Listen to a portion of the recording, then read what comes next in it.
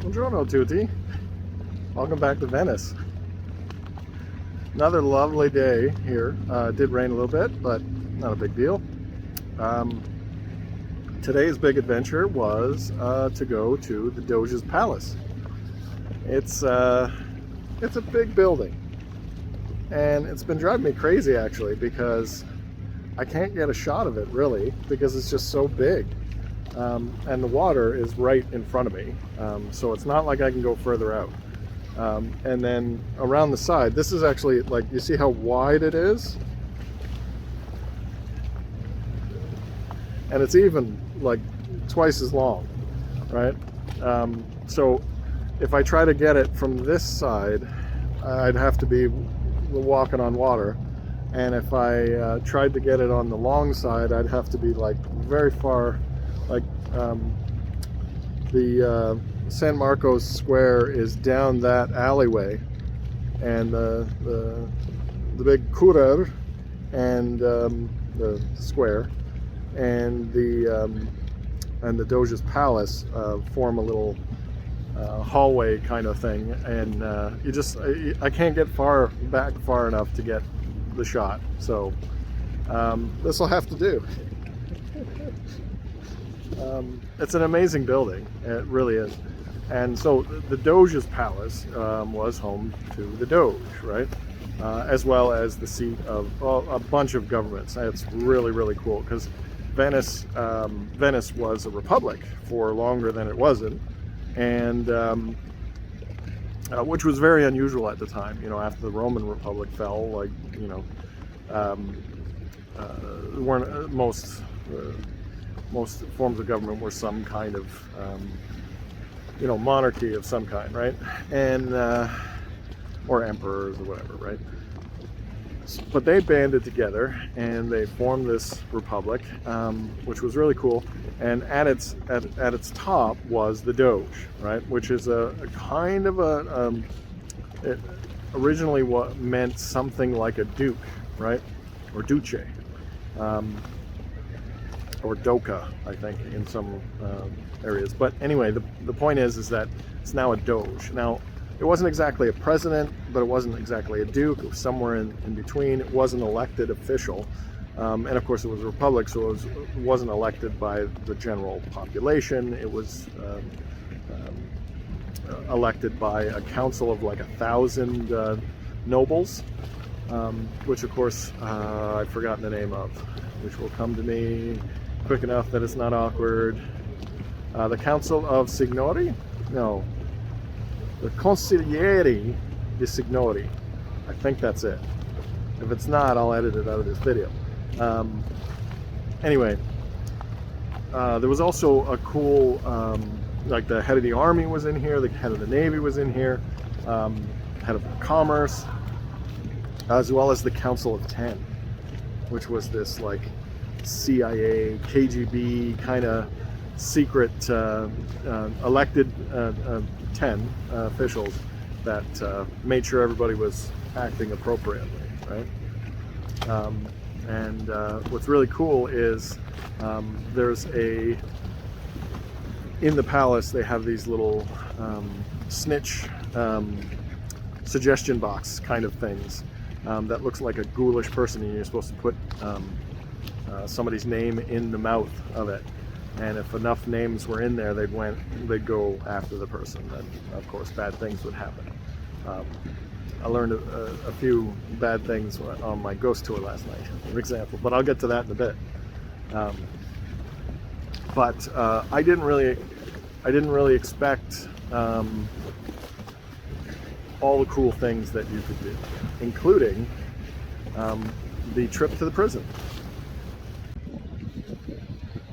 I pointed this out the other day. This is the Bridge of Sighs. The reason why it's called that is because they would have been in the Doge's Palace, convicted, and then had to walk across this bridge into the prison.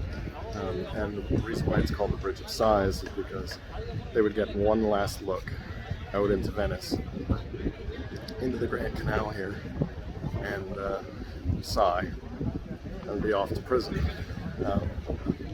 which is kind of fun. What I didn't know after just visiting the Doge's Palace is you get to walk across this bridge. I was just there. It's amazing. What a fantastic experience.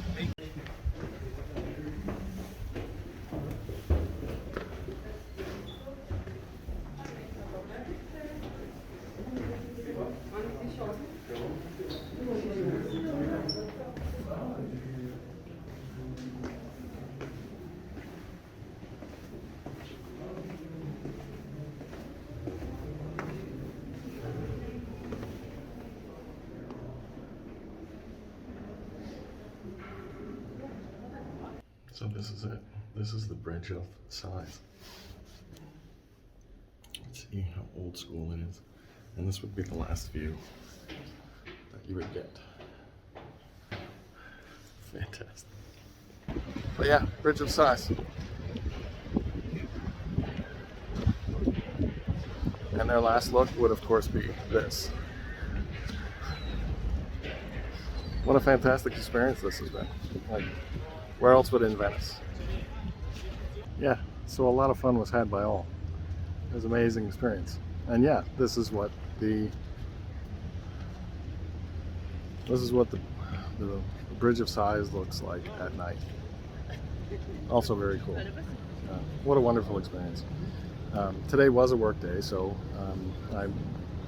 part of my schedule, I was able to get up, have some breakfast, make some coffee, head out and do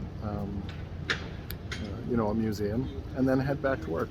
Now I'm doing the night walk that I normally do. It doesn't get better than this, right? But I should talk about the ghost tour. Yeah, let me talk about the ghost tour. Yeah, so let's talk about last night again. Went on this ghost tour. It was actually more of a dark spots of Venice tour, and it was really entertaining. Some great stuff. What's so cool about Italy is that there's all these old world superstitions and legends and fun things that are going on. Last night we heard about a bunch of them. Two of them in particular, which I kind of joked about. One was involved the plague, because of course it does. You can't come to these places without talking about the plague somehow, right? And apparently, in this small little place, there was a 14-year-old girl who was blessed by God and just started painting these paintings and managed to put them in this place in one of these tunnels, alleyways, what they call a sotto portageur, and she put up the paintings, and then, for some reason, some miracle happened. I'm not really super clear about it, but she managed to take all of the plague and put it in one stone. And so it was a blessing and a curse in that sense, that neighborhood was completely protected by the plague. Nobody died from it. But it trapped the plague in that stone forever to be sitting there and supposedly infecting anyone who touches it. So the locals here, they're pretty serious about not stepping on that stone.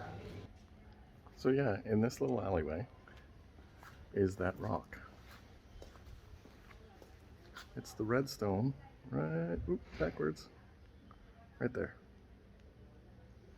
Well, supposedly, as legend has it, I don't want to steal the guy's whole shtick, but supposedly, in this quarter, it was untouched by the plague, and supposedly, all of the plague got sucked into that stone. So you're not supposed to touch it, or you'll get the plague itself. You're supposed to respect it and walk past it. And just as I've been here, I've noticed that the locals respect that. They walk around it. It's quite interesting. And of course the paintings are right in here. It's actually quite nice.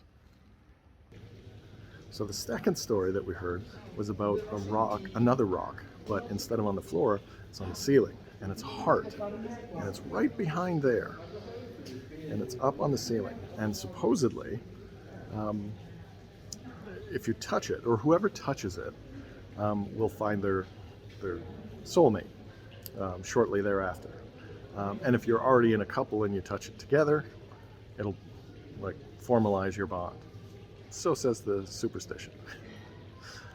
So of course, our guide asked us who's single, who's not, and made sure that the couple touched it together, and suggested that the rest of us not only touch the heart, but make sure that we go out to a cafe the next day, so that we don't, lose out on that opportunity, right? And I thought it was so funny, and I shared this story with them as well, because it goes right back to the story about my doctor wanting me to take on the Mediterranean diet, and joking that I need to go find myself an Italian wife, and me reminding him I do my own cooking. So, but what was interesting, as kind of a weird connection, is as I told that story to the guide, he suggested that like, he's from England, and he has an Italian girlfriend that he's been with for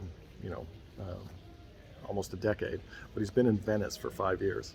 And I said, like, how did that happen? And it turns out they got into a joke about English food, and he said the food's bad, but the cooks are good, and so he proved it, and so he's been cooking for her ever since. I was like, oh, that's interesting. Kind of gels with my stories as well. So needless to say, I touched the stone. I'm not married yet, but I'm expecting.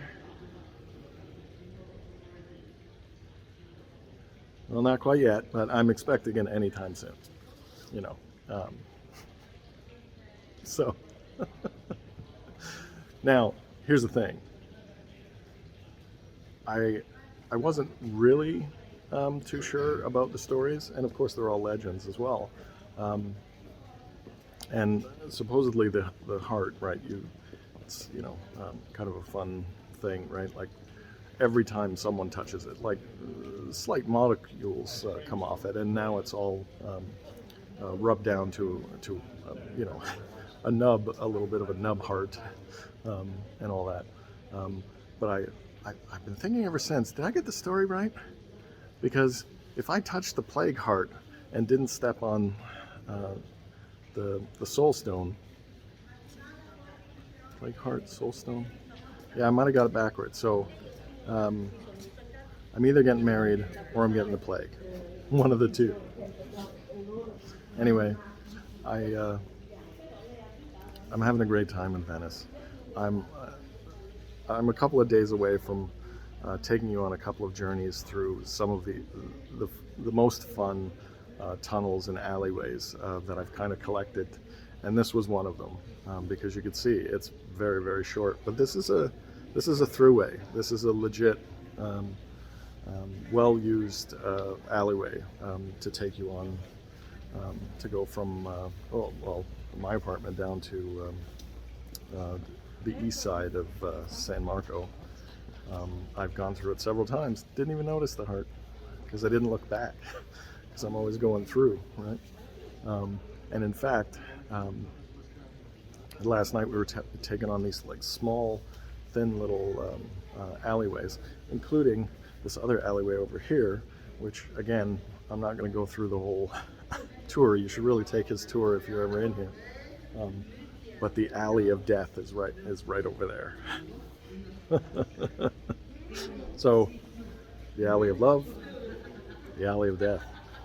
Careful. Now, of course, what's most interesting to me is in that campo right there, where the alley goes into, that's where I buy my coffee, because that's the best coffee around here. So, assuming I don't have the plague, and I don't get swept up in some, travel romance, I will talk to you guys tomorrow. I hope you're doing awesome. I understand the weather wasn't awesome there. You'll be happy to know that it's starting to rain here and getting a little cold, so it's not super perfect, but kind of is. But I hope for great adventures for all of you out there. and I'll have another video tomorrow. So domani, arrivederci.